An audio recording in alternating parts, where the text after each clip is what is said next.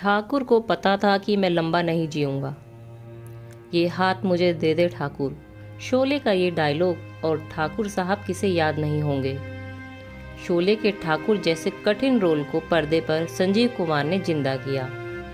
ये संजीव कुमार के उन कई किरदारों में से एक था जिसने सिनेमा जगत में उन्हें अमर कर दिया। कई फिल्मों में शानदार अभिनय के बाद 47 साल की छोटी उम्र में संजीव कुमार दुनिया को अलविदा कह गए। बॉलीवुड में एक्टर बूढ़े होने के बाद भी जवानी के रोल करने पसंद करते हैं, लेकिन संजीव कुमार इसके बिल्कुल उलट थे।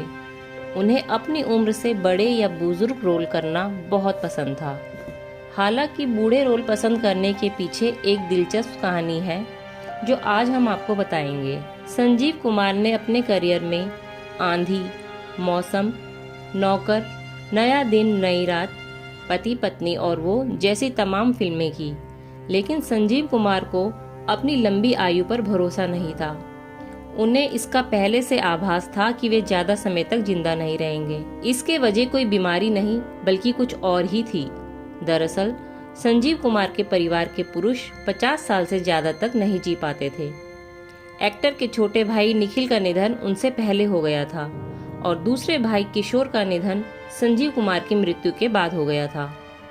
संजीव ने भी 47 साल की उम्र में आखिरी सांसें ली। पर्दे पर एक्सपेरिमेंटल रोल करने के अलावा असल जिंदगी में भी संजीव कुमार अलग सोच के इंसान थे। संजीव ने कभी शादी नहीं की।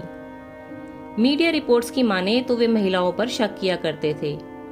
उनकी एक करीबी दोस्त और अभिनेत्री अंजू महेंद्रू ने एक इंटरव्यू में बताया था, एक्टर के करीबी लोग उन्हें अक्सर कहते थे कि लड़कियां उनसे नहीं उनके पैसे से प्यार करती है। यही बात उनके दिमाग पर घर कर गई थी। हालांकि महिलाओं पर शक और शादी ना करने के बावजूद भी संजीव कुमार के कई अफेयर्स ने सुर्खियां बटोरी। संजीव को हेमा मालिनी इतनी ज्यादा पसंद थी कि वो अपना रिश्ता लेकर सीधा उनकी मां के पास पहुंच गए थे। खबरों की माने तो संजीव कुमार का शादी ना करने का कारण एक और भी था। फिल्म सीता और गीता की शूटिंग के दौरान संजीव कुमार को पहली ही नजर में हेमा मालिनी से मोहब्बत हो गई थी।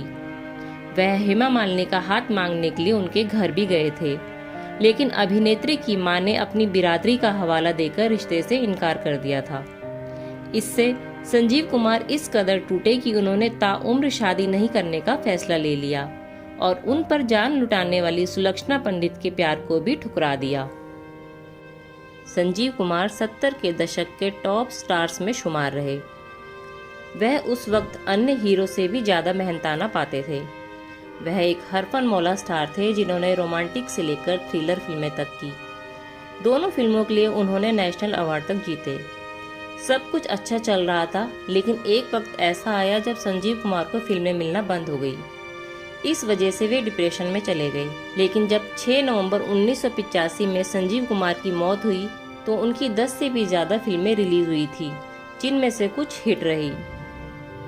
फिल्मों में आने से पहले संजीव कुमार का नाम हरिहर जरीवाला था। क्योंकि संजीव के पिता भगवान श्री कृष्ण के भक्त थे तो उन्होंने बेटे का नाम हरिहर जरीवाला रख दिया था। लेकिन फिल्मों में आने के बाद संजीव कुमार बन गए और सबके दिलों पर राज करने लगे। संजीव कुमार ने खिलौना, अंगूर, शोले, दस्तक और कोशिश जैसी फिल्में की, पर क्या पता था बुरा वक्त संजीव कुमार को घेर लेगा। जब फिल्में मिलना बंद हुई तो संजीव कुमार को डिप्रेशन हो गया। करीब 1978 के आसपास उन्हें हार्ट अटैक आया, जिसके बाद उनकी हार्ट सर्जरी करनी पड़ी।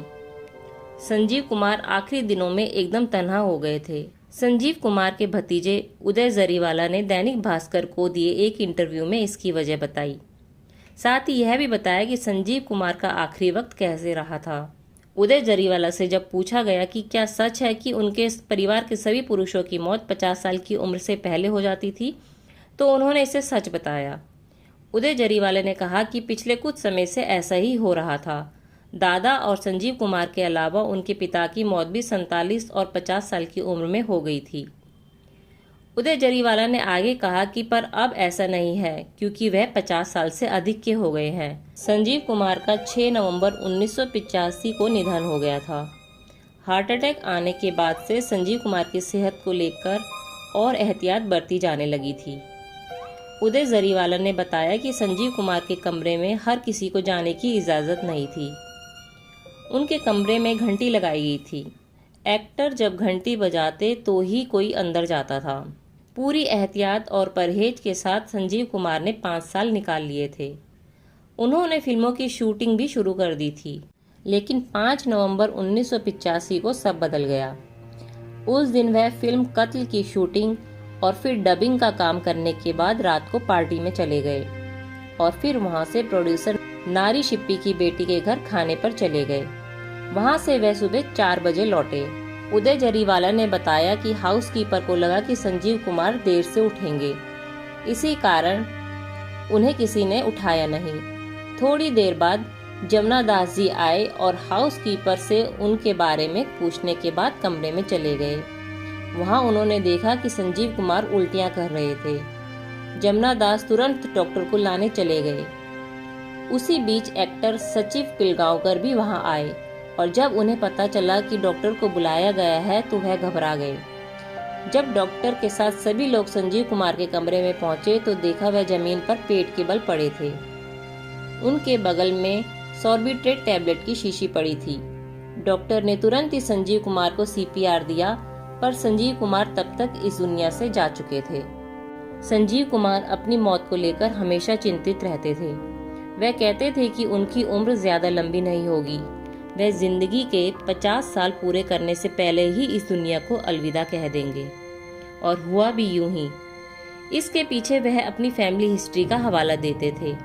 उनके परिवार के सभी मर्द 50 साल की उम्र से पहले ही जिंदगी का दांव हार जाते थे। अब इसे अंधविश्वास कहे या हकीकत, संजीव कुमार भी 47 साल की उम्र में इस दुनिया को अलविदा कह गए थे।